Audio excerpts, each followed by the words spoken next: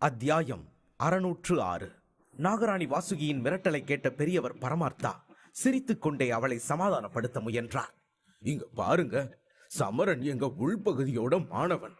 அதனால அவனுக்கு இங்க ஏதாவது நேர்ந்துச்சுன்னா அதுக்கு முழு பொறுப்பும் என்னுடையதுதான். எனக்கு புரியுது, நீங்க சமரன் மேல ரொம்பவே கோபமா இருக்கீங்க. ஆனா நாம உட்கார்ந்து எல்லா பிரச்சனைகளையும் தீர்க்கலாமே. நீங்க ஏன் சண்டை போடணும்னு நினைக்கிறீங்க என்று கேட்டார்.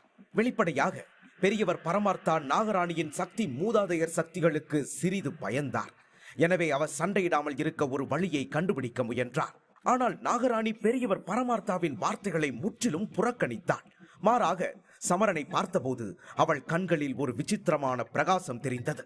அவள் அதை ஒரு கொடிய பிரகாசமாக மாற்றி சமரனிடம், உன்னோட ஒரு சக்தி மூதாதையர் இருக்கிறதால உன்னை கொல்ல முடியாதுன்னு நீ நினைக்காத. அவர் உன்னோட வாழ்நாள் முழுக்க இருப்பார்னு எனக்கு தோணல. அதனால எதிர்காலத்துல கவனமாவே இரு என்ற நாகராணி வாசுகியின் உடல் நடுங்க தொடங்க அடுத்த கண்ணிமைக்கும் நேரத்தில் வானவில் ஒளியாக உருமாறி உள்பகுதியை விட்டு வெளியே சென்றாள். அனைவரும் திகைத்து நிற்கும் அளவுக்கு வேகமாக அங்கிருந்து மறைந்தாள். நாகராணி தன்னை முறைத்து விட்டு செல்வதை சமரனும் கவனித்துக் கொண்டுதான் இருந்தான். உண்மையில் நாகராணியின் மிரட்டல் சமரனை கொஞ்சம் பயமுறுத்தி விட்டது. குட்டி பாம்பை தன்னுடன் வைத்துக் கொண்டது அத்தனை பெரிய தவறா என்பதை அவனால் புரிந்து கொள்ள முடியவில்லை. ஒருவேளை இப்போது சமரனை கொன்றால் கூட தெய்வீக நாகம் அவனுடன் இருக்க விரும்பிய அந்த பழைய விஷயம் எப்போதும் மாறப்போவதில்லையே. இதை எண்ணிய சமரன் வாசுகியின் கோபத்தை குறைக்க என்ன செய்ய என்று யோசிக்க ஆரம்பித்தான். இதற்கிடையில் பெரியவர் பரமார்த்தா பெருமூச்சு விட்டபடி, சமரா, இந்த முறை நீ உன் எல்லையை தாண்டிட்ட. ஒரு சக்தி மூதாதையரே உன்னை கொல்ல தயாரா இருக்காரு. எதிர்காலத்துல நீ நிச்சயமா ஒரு பெரிய பிரச்சனையில சிக்கிக்க போற. உன்னோட வாழ்க்கையே ரொம்ப விசித்திரமானது சமரா. ஒரு பிரச்சனையில இருந்து வெளியே வந்த உடனேயே இன்னொரு பிரச்சனை வருது என்றார். இதை கேட்டு வெறுமனே சமரன் கைகளை விரித்தான். பின் திடீரென வேறு ஏதோ அவன் நினைவுக்கு வர சமரன் லேசான தயக்கத்துடனும் வெட்கத்துடனும் பெரியவர் பரமார்த்தாவை நெருங்கி, பெரியவர் பரமார்த்தா, இன்னும் ஒரு சின்ன பிரச்சனை இருக்கு, அதை நான் சொல்ல மறந்துட்டேன் என்றான். இதை கேட்ட பெரியவர் பரமார்த்தா சற்று கவலையுடன் அவனை பார்த்தார். வெளிப்படையாக சமரன் இப்படி தயங்குவதை அவர் இதற்கு முன் பார்த்ததில்லை. அதனாலேயே கவலை தோய்ந்த தொனியில் அவனிடம், இப்ப என்ன பிரச்சனைன்னு சொல்லு. என்ன, ஒண்ணுக்கு மேற்பட்ட சக்தி முன்னோர்களை நீ எதிரியாக்கிட்டியா என்றார். பெரியவர் பரமார்த்தாவின் கேள்விக்கு வெட்க புன்னகையை பதிலாக தந்த சமரன், இல்ல, அப்படி இல்ல. அது என்னன்னா, எரிமலை குழம்பு உலகில இருந்து வெளியே வர இதய தெய்வீக ஒளியை நான் கட்டுப்படுத்த வேண்டி இருந்தது. அதனால இப்போ உங்க அகசக்தி பயிற்சி கோபுரம் யாரோட பயிற்சி வேகத்தையும் அதிகரிக்க முடியாம போக வாய்ப்பு இருக்கு என்றான். அவன் சொல்வதை வியந்த கண்களுடன் கேட்டுக்கொண்டிருந்த பெரியவர் பரமார்த்தா அவன் சொன்னதன் அர்த்தமும் வீரியமும் புரிந்ததும் ஒரு கணம் அங்கேயே உறைந்து போனார். இந்த நேரத்தில் அவருக்கு தலையே சுற்றுவது போல இருந்தது. அவர் சட்டென உதவியற்ற குரலில், அட கடவுளே, இந்த பையனை, சமரா, நீ என்ன காரியம் பண்ணி இருக்க என்றார். அதன் பிறகு இந்த விஷயத்தை விசாரிக்க சில பெரியவர்கள் நியமிக்கப்பட்டனர். பெரியவர் பரமார்த்தா ஒரு பெரிய அறையில் அமர்ந்திருந்தார். அப்போது பெரியவர் ஒருவர் அவரிடம் வந்து, பெரியவர் பரமார்த்தா, சமரன் சொன்னது சரிதான். அகசக்தி பயிற்சி கோபுரத்தோட வெளிச்சம் மெல்ல மறையுது. இந்த வேகத்துல ரொம்ப சீக்கிரத்துல ஒளி அந்த கோபுரத்துல இருந்து முழுசா மறைஞ்சிடும் என்றார். அந்த பெரியவரின் வார்த்தைகளை கேட்ட உடனேயே பரமார்த்தாவின் முகத்தில் கோபம் அதிகமாக தெரிந்தது. அவர் பற்களை இறுக பற்றி கொண்டு முஷ்டிகளை இறுக்கினார். ஒரு கணம் கழித்து மிகுந்த இயலாமையுடன் அவர் முகத்தில் ஏமாற்றமும் தோன்றியது. சமரன் இந்த இளம் வயதில் மற்றொரு தெய்வீக ஒளியை பெற்றதோடு மட்டுமல்லாமல் அதை கட்டுப்படுத்துவதிலும் வெற்றி பெற்றான் என்பதை அவரால் நம்ப முடியவில்லை. அகசக்தி கோபுரம் உள்பகுதியில் உள்ள மிக முக்கியமான கட்டிடம் என்பதை பெரியவர் பரமார்த்தா அறிந்திருந்தார். அப்படி இல்லாவிட்டால் அந்த கோபுரத்தை பாதுகாக்க அத்தனை பெரியவர்களும் தங்கள் உயிரை பணயம் வைத்திருக்க மாட்டார்கள். ஆனால் இப்போது இதய தெய்வீக ஒளி அந்த கோபுரத்திலிருந்து மறைந்து விட்டதால் அந்த கோபுரத்தின் தாக்கமும் மெதுவாக முடிவடையும் தருவாயில் இருந்தது. இனி அந்த இடத்தில் யாருடைய பயிற்சியின் வேகத்தையும் அதிகரிக்க முடியாது. எளிமையான வார்த்தைகளில் சொல்ல போனால் உள்பகுதியில் உள்ள புகழ்பெற்ற அந்த சக்தி கோபுரம் இனி அர்த்தம் உள்ளதாக இருக்காது. ஆனால் இந்த பிரச்சனை ஒரு கட்டிடம் பயனற்றதாக இருப்பது பற்றியது அல்ல. மாணவர்களை மிகவும் சக்தி வாய்ந்தவர்களாக மாற்றி வெளியில் அனுப்புவதில்தான் இப்போது பிரச்சனை. இதுவரை இந்த விஷயத்தில் உள்பகுதி மிகவும் பெருமையாக இருந்தது. ஆனால் இப்போது இதை செய்ய முடியாமல் போவதுதான் மிகப்பெரிய பிரச்சனையாக இருக்கும். இந்த நேரத்தில் அந்த அறையில் ஒரு விசித்திரமான மற்றும் பயங்கரமான அமைதி நிலவியது. அதில் பெரியவர்கள் அனைவரும் கவலையுடன் காணப்பட்ட பெரியவர் பரமார்த்தாவையே பார்த்து கொண்டிருந்தனர். இப்போது சமரன் தெய்வீக ஒளியை கட்டுப்படுத்தி விட்டதால் இனி அதை திருப்பி தருமாறு அவனிடம் கேட்க முடியாது என்பது அனைவருக்கும் தெரியும்.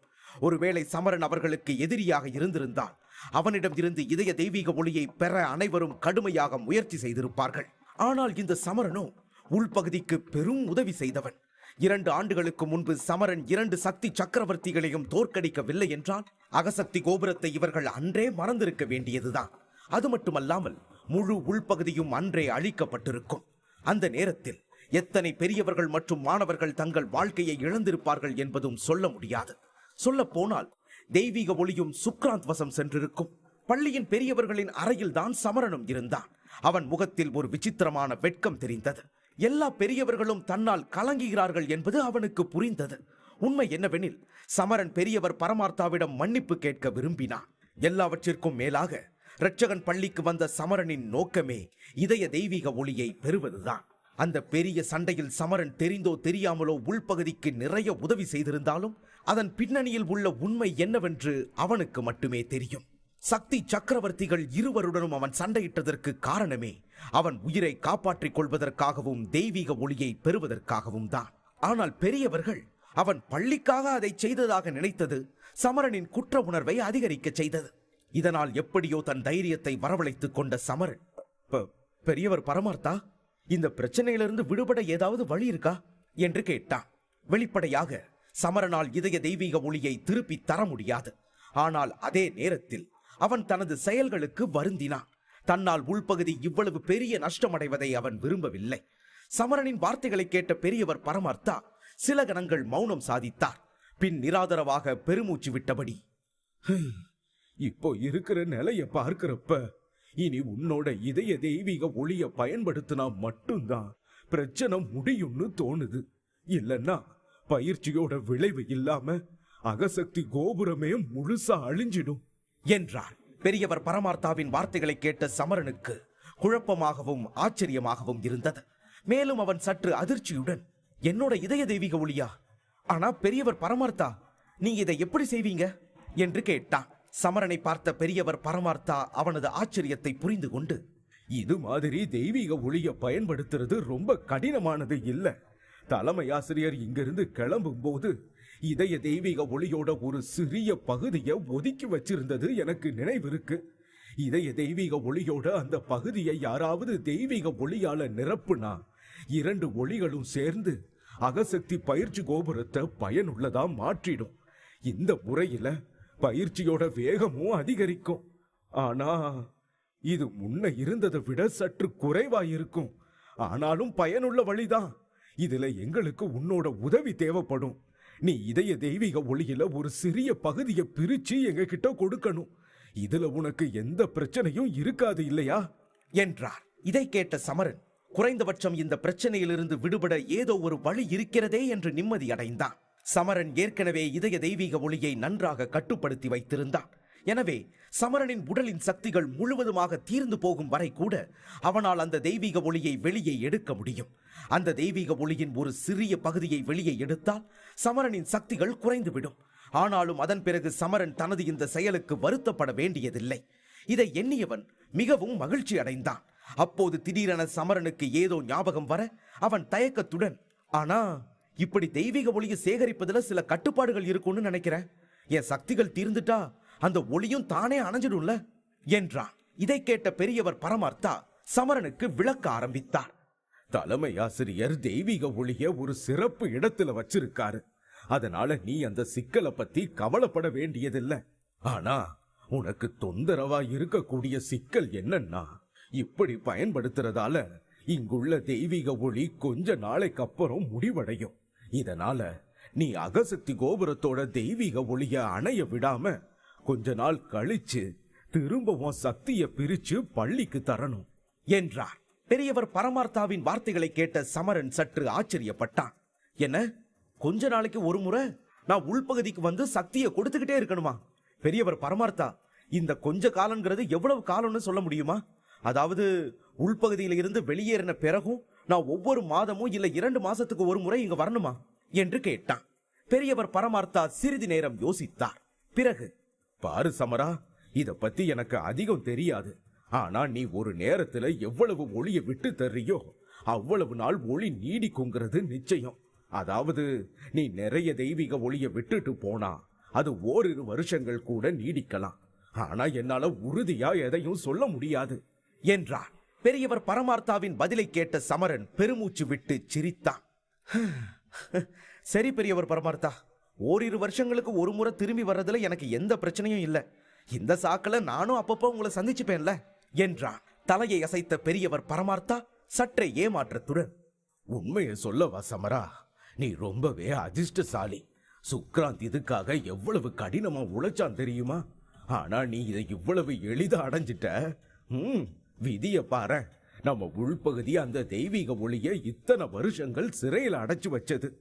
ஆனா அது உன்கிட்ட தான் வரணும்னு இருந்திருக்கு. நீதான் அதை அடைஞ்சு சாதிச்சு காட்டி இருக்க. உள்பகுதியால நீதான் அதிக பலன் அடைஞ்சிருக்கன்னு சொன்னா தப்பே இல்லை என்றார். இதய தெய்வீக ஒளியை பற்றி பெரியவர் பரமார்த்தா நன்றாக புரிந்து கொண்டிருந்தார். இப்போது சமரன் அதை கட்டுப்படுத்தி விட்டால் அவனது பயிற்சியின் வேகம் வெகுவாக அதிகரிக்கப் போகிறது என்று அவருக்கு தெரியும். ஆனால் பெரியவர் பரமார்த்தாவின் குரலில் இருந்த சோகத்தை கேட்ட சமரன் தயக்கத்துடன் சிரித்தான். ஆனால் அதே நேரம் பெரியவர் பரமார்த்தாவின் வாயிலிருந்து வந்த பெயரின் மீது அவனது கவனம் விழுந்தது. அவன் சற்று கவலையுடன், பெரியவர் பரமார்த்தா, சுக்ராந்த் இன்னும் கருப்பு மூலையில தான் இருக்கார் இல்லையா என்றான். சமரனின் கேள்விக்கு பெரியவர் பரமார்த்தாவும் மெல்ல தலையை ஆட்டினார். இந்த நேரத்தில் அவரது கண்களில் ஒரு விசித்திரமான கொடிய பிரகாசம் தோன்றியது. ஏனென்றால் சுக்ராந்த் சக்தி வாய்ந்த நபர்களுடன் உள்பகுதியை தாக்க வந்த நேரத்தை அவர் நினைவு கூர்ந்தார். அந்த சம்பவத்தின் நினைவுகள் பெரியவர் பரமார்த்தாவின் இதயத்தில் இன்னும் நெருப்பாக எரிந்து கொண்டிருந்தது. பெரியவர் பரமார்த்தாவின் பதிலை கேட்ட சமரன் சிரித்தான். சரி, அவர் இன்னும் இருந்தா ரொம்ப நல்லது. சில வழக்குகள் இன்னும் தீர்க்கப்படாம இருக்கு என்ற சமரனின் சிரிப்பு ஒரு பயங்கரமான நோக்கத்தை பிரதிபலித்தது. ஏனென்றால் துரதிருஷ்டவசமாக சுக்ராந்த் அன்று கடைசியாக உயிருடன் தப்பினார். ஆனால் இப்போது சமரன் எரிமலை குழம்பிலிருந்து வெளியே வந்து விட்டதால் முதலில் அவன் செய்ய வேண்டியது வர்ணமித்திரரின் மரணத்திற்கு சுக்ராந்தை பழி வாங்குவதுதான். இதை கேட்ட பெரியவர் பரமார்த்தா, பாரு சமரா, இப்போ உன்னோட சக்திகள் வெகுவா அதிகரிச்சிருக்குன்னு நானும் ஒத்துக்கிறேன். ஆனாலும் அவனை கொல்றது உனக்கு ரொம்பவே கடினம். ஏன்னா இப்ப சுக்ராந்த் பல சக்தி வாய்ந்த கருப்பு மூளை அணிகளை ஒன்று திரட்டி ஒரு கருப்பு மூளை அணிய தயார் செஞ்சிருக்கான். உன்னால நினைச்சு கூட பார்க்க முடியாத சக்தி வாய்ந்த பல நபர்கள் அவனோட அணியில இருக்காங்க. உண்மைய சொல்லணும்னா இதனால என்னால கூட அவனுக்கு தீங்கு செய்ய முடியல. நீ இல்லாத கடந்த 2 வருஷத்துல உள்பகுதி பல முறை அவங்களோட மோதி இருக்கு. ஆனா ஒவ்வொரு முறையும் எங்களை தடுத்து நிறுத்துறதுல கருப்பு மூளை அணிதான் வெற்றி பெற்றது என்றார். பெரியவர் பரமார்த்தாவின் வார்த்தைகளை கேட்ட சமரன் சற்று கோபத்துடன், கருப்பு மூளை அணியா? அப்படின்னா அந்த அணியால நீங்க அவங்கள பழிவாங்க மாட்டீங்களா என்று கேட்டான். சமரனின் கேள்வி பெரியவர் பரமார்த்தாவின் காயங்களை கீறியது.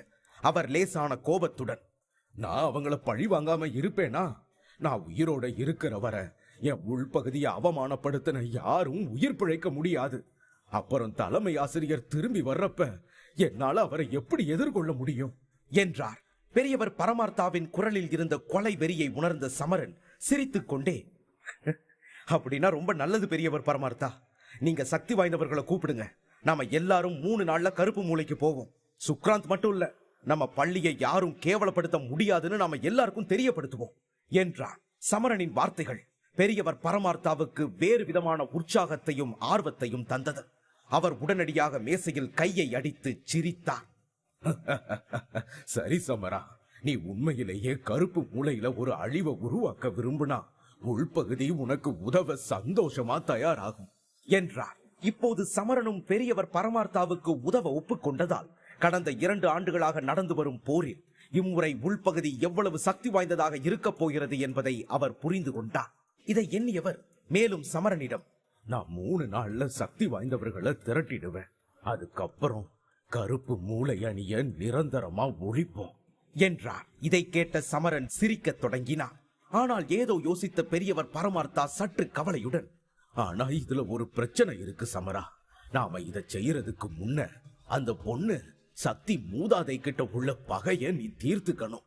ஏன்னா போட்டியப்பா அவ உன்னை கொல்ல வந்தா நாம எவ்வளவு பெரிய பிரச்சனையில மாட்டுவோன்னு உனக்கே தெரியும்.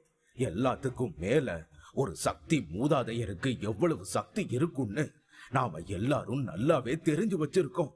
தவறுதலா அந்த பொண்ணு கருப்பு மூளை அணியோட சேர்ந்துட்டா ஒருவேளை நாம நினைச்சு கூட பார்க்க முடியாத ஒரு பெரிய இழப்பை சந்திக்க வேண்டி இருக்கும் என்றார். பெரியவர் பரமார்த்தாவின் வார்த்தைகளில் வெளிப்பட்ட கவலையை புரிந்து கொண்ட சமரன் சிரித்துக் கொண்டே, என்ன விலை கொடுத்தாலும் அவங்க கருப்பு மூளை அணியில சேர மாட்டாங்க.